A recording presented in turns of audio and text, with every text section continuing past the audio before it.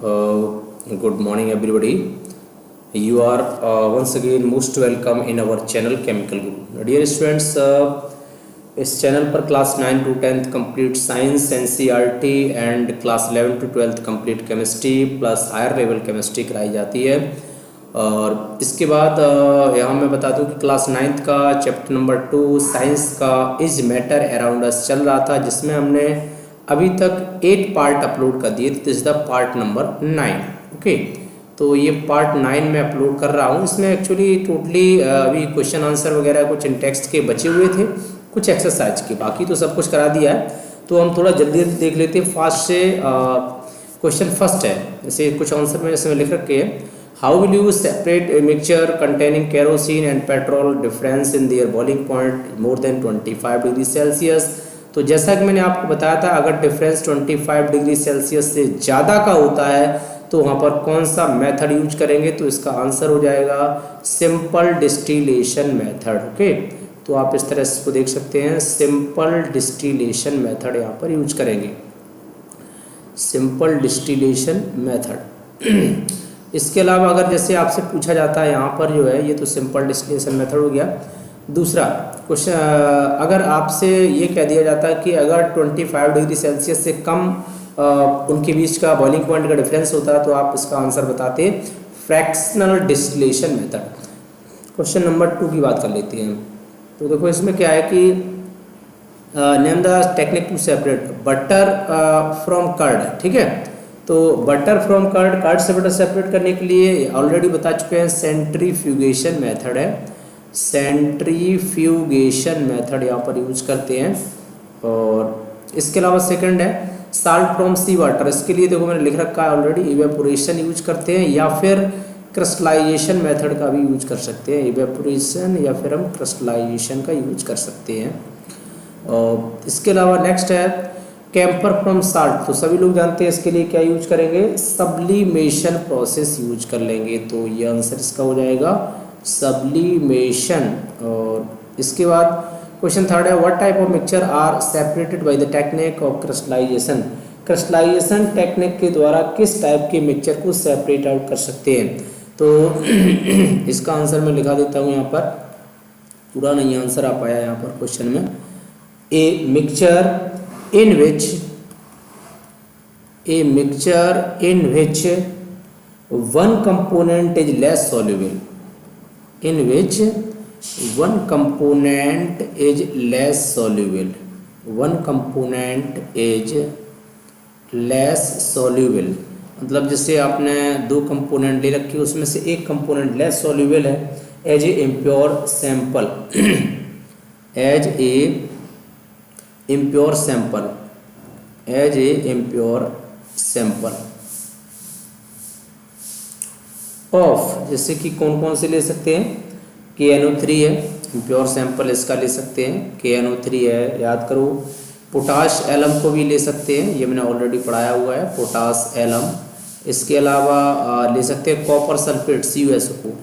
तो ये आपके क्या है, जैसे कि पोटाश एलम है, KNO3 है, कॉपर सल्फेट है, दे are the soluble.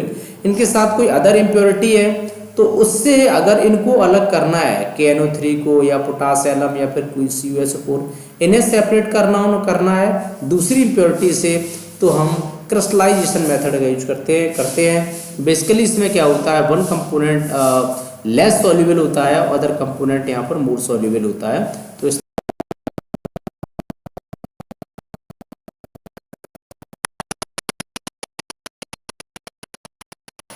which separation technique will you apply for the separation of the following? Okay, so question the part A is sodium chloride from its solution in water. So simply we can separate out sodium chloride and water by the using the technique evaporation, and also we can do this by the crystallization.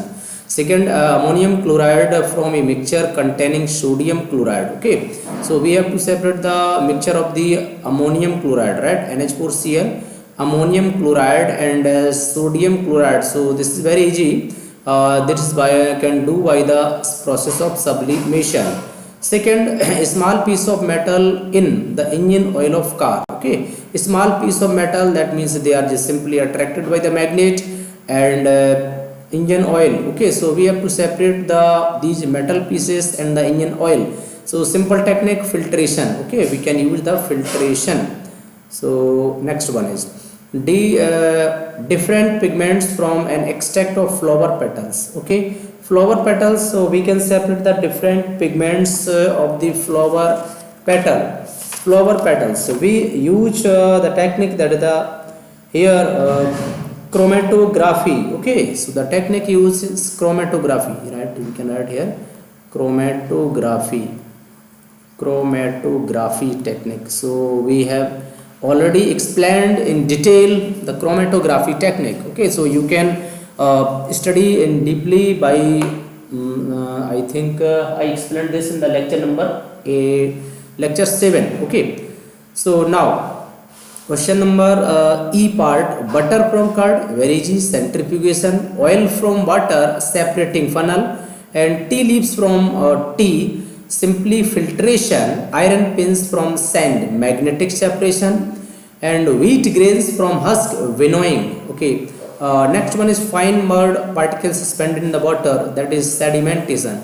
What is the sedimentation? Nothing. Sedimentation, that means we allow the mixture for without disturbing for some time. The heavy particles of the mud, they just settle down at the bottom and water just above that mud particles. So simply after some times we can pour this water into the another vessel. Now question number 2, write the step you would use to making the tea. Okay, so you have to write the steps. So what steps you will use to make the tea? Use the words solution, solvent, solute, dissolve, soluble, insoluble, filtrate, and residue. So I think there should not be any problem to solving this question. So simply you can do this. Okay, how can you make tea? So the steps you will use, you can write that. So this question basically for the students, they have to do their self.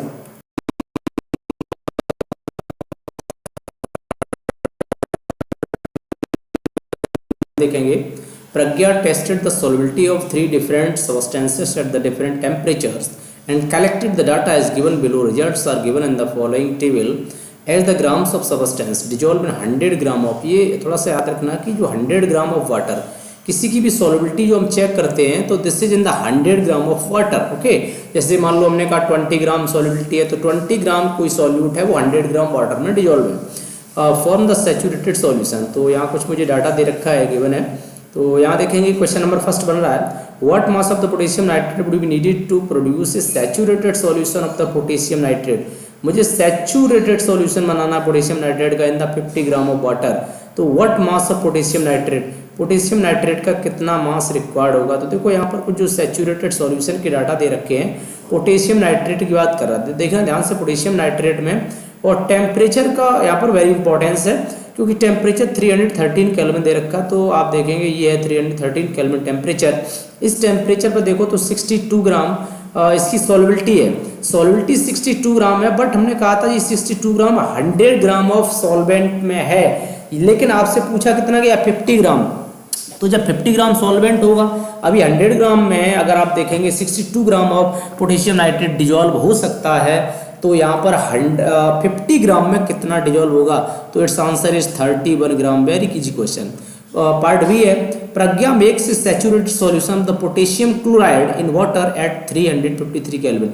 हमने कहा temperature very important है, 353 kelvin temperature, and leaves the solution to cool at the room temperature.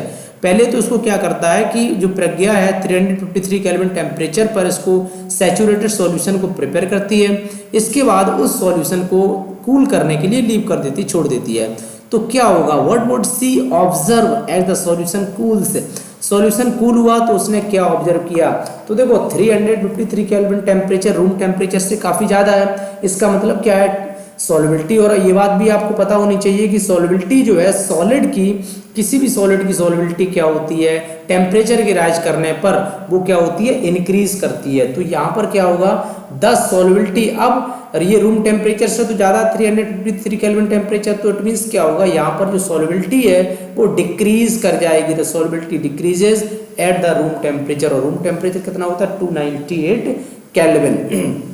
तो तो यहाँ पर इसके अलावा एक चीज़ देख लेंगे, it will slowly start separating, और इसमें थोड़ा सा और ऐड कर देंगे, it will slowly start separating, it will slowly start separating, it will slowly start separating as a crystalline white residue, as a crystalline white residue, crystalline white residue, crystalline white residue at the bottom of the container, at the bottom of the container, at the bottom of the container.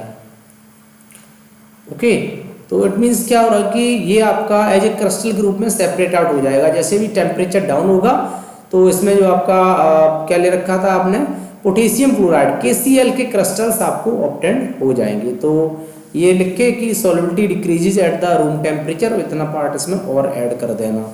Now the question number C part इसका, find the solubility of each salt. तो each salt की solubility 293 kelvin temperature पर निकालना, तो यहाँ पर already दे रखा है, निकालना क्या आपको फाइंड आउट करना है। तो 293 kelvin, this is 293 kelvin temperature पर पोटेशियम नाइट्रेट की सॉल्युबिलिटी 32 ग्राम पर 100 ग्राम है, सोडियम क्लोराइड की 36 ग्राम, पोटेशियम क्लोराइड 35 ग्राम, अमोनियम क्लोराइड की 37 ग्राम। और एक चीज और इसमें क्या रखे, which salt has the highest solubility. तो 293 केल्विन टेम्परेचर पर किस साल्ट की हाईएस्ट सॉल्युबिलिटी है, तो किसकी होगी, अमोनियम क्लोराइड। तो it's answer is NH4Cl। Okay, now the question number इसका पार्ट डी है, what the effect of change of temperature on the solubility. तो देखो किसी भी साल्ट की, अभी हमने ऑलरेडी बताया, किसी भी साल्ट की या सॉलिड की जो सॉल्युबिलिटी है with rise in the temperature the solubility of any salt increases. तो हम डी पार्ट का आंसर यहाँ पर लिख दे रहे हैं कि with rise in temperature, with rise in temperature solubility of any salt, solubility of any salt increases, any salt increases। तो किसी भी साल्ट की सॉल्युबिलिटी क्या होगी, इंक्रीज करती है जैसे जैसे हम टेम्परेचर राइज करते हैं। तो ओके, सो ये क्वेश्चन यहाँ पर कंप्लीट हो चुके हैं। मैं explain the following with given example. तो सैचुरेटेड सॉल्यूशन को हमने ऑलरेडी एक्सप्लेन कर रखा है, फिर भी एक बार बता देते हैं कि सैचुरेटेड सॉल्यूशन क्या है। A solution in which no more solute can be dissolve, that solution is called the saturated solution. इसके पार्ट भी है प्योर सबस्टेंस, इसको भी ऑलरेडी एक्सप्लेन कर रखा है हमने। प्योर सबस्टेंस क्या होते हैं, दो substance which are made up of only one kind of atoms molecules और the particles are called the pure substance. और प्योर सबस्टेंस में हमने बताया था एलिमेंट और कंपाउंड। एलिमेंट क्या होते हैं, दो substance which made up of only one kind of atoms are called the elements. For example जैसे कि हम बात करें H2 क्या है, एलिमेंट है। O2 क्या है, एलिमेंट। Cl2 element. मीन्स दो substance which are made up of only one kind of atoms, एक ही प्रकार के एटम से मिलकर के जो बने होते हैं उन्हें एलिमेंट बोलते हैं। कंपाउंड्स क्या होते हैं, दो substance which are made up of two और more types of elements but in definite ratio by mass. For example H2 plus O2 का एक एग्जांपल मैंने ऑलरेडी लिया था। This H2O is a compound but this is a pure substance and this ratio is 4 gram and 32 gram, that is 1:8। Okay, so this is a compound. Now part C, what are colloids. Colloids क्या होते हैं, तो colloids को भी हम एक already define कर चुके थे। कॉलॉइड्स को हमने बताया था कि colloids they are the heterogeneous mixture. Okay, a heterogeneous mixture in which has two phase, dispersed phase and dispersion medium। एक heterogeneous mixture जिसमें dispersed phase और dispersion medium दो फेज होते हैं, यानी एक सॉल्यूट एक सॉल्वेंट। जो dispersed phase है that is solute, dispersion medium that is the solvent. तो एग्जाम्पल ब्लड है, मिल्क है, milk, blood, toothpaste, ink, gum, they all are the colloids. Now the suspension, suspension को भी हमने ऑलरेडी डिफाइन कर दिया। सस्पेंशन क्या होता है, suspension is a heterogeneous mixture. इसको मैंने डेफिनेशन पहले बता दी थी, वैसे नहीं तो मैं फिर से एक बार फिर से बता देता हूँ कि सस्पेंशन क्या है। It is a heterogeneous mixture, it is a heterogeneous mixture, it is a heterogeneous mixture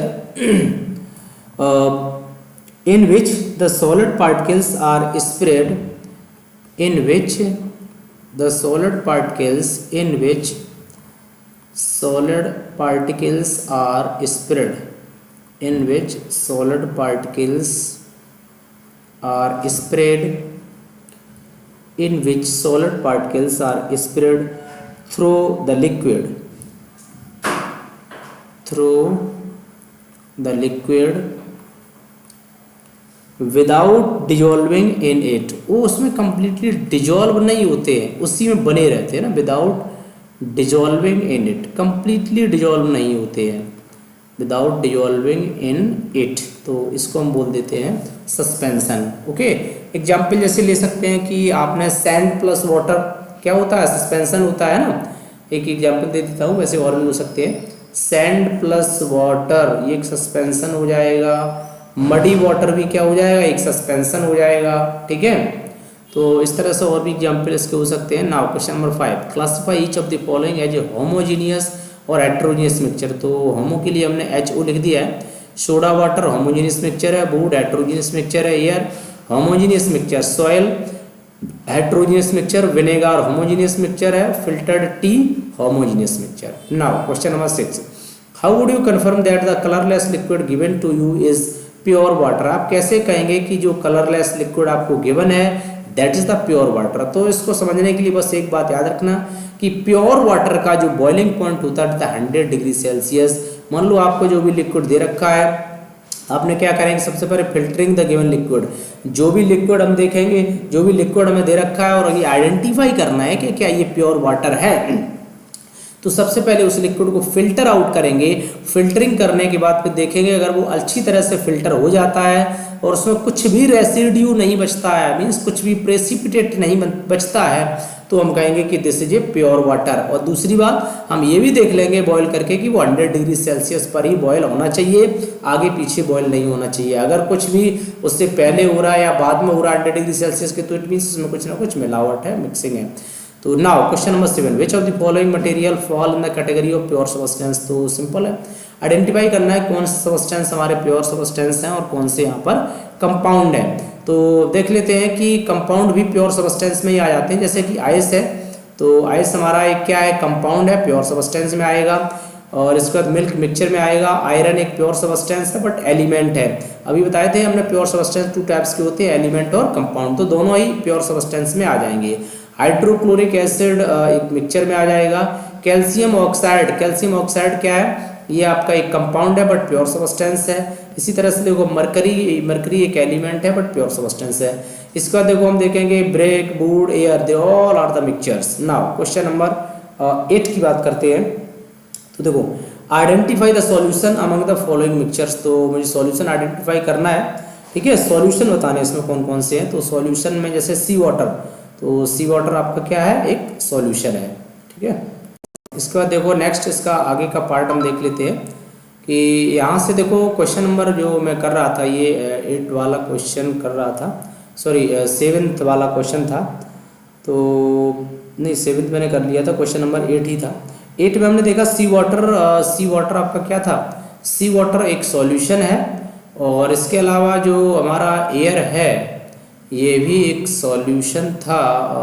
इसमें थोड़ा सा एक बार फिर से देख लेता हूँ। क्वेश्चन नंबर जो हमारा 8 था कि identify the solution, solutions identify करने थे। तो हमारा सी वाटर, सी वाटर क्या है, एक सॉल्यूशन है। एयर एक सॉल्यूशन है, इसके अलावा कोल्ड सॉल्यूशन नहीं है, सोडा वाटर सॉल्यूशन है। Question number 9, which of the following will show Tyndall effect. याद रखना टिंडल इफेक्ट जो भी हेट्रोजीनियस सॉल्यूशंस होते हैं, हेट्रोजीनियस मिक्सचर ही टिंडल इफेक्ट को शो करते हैं।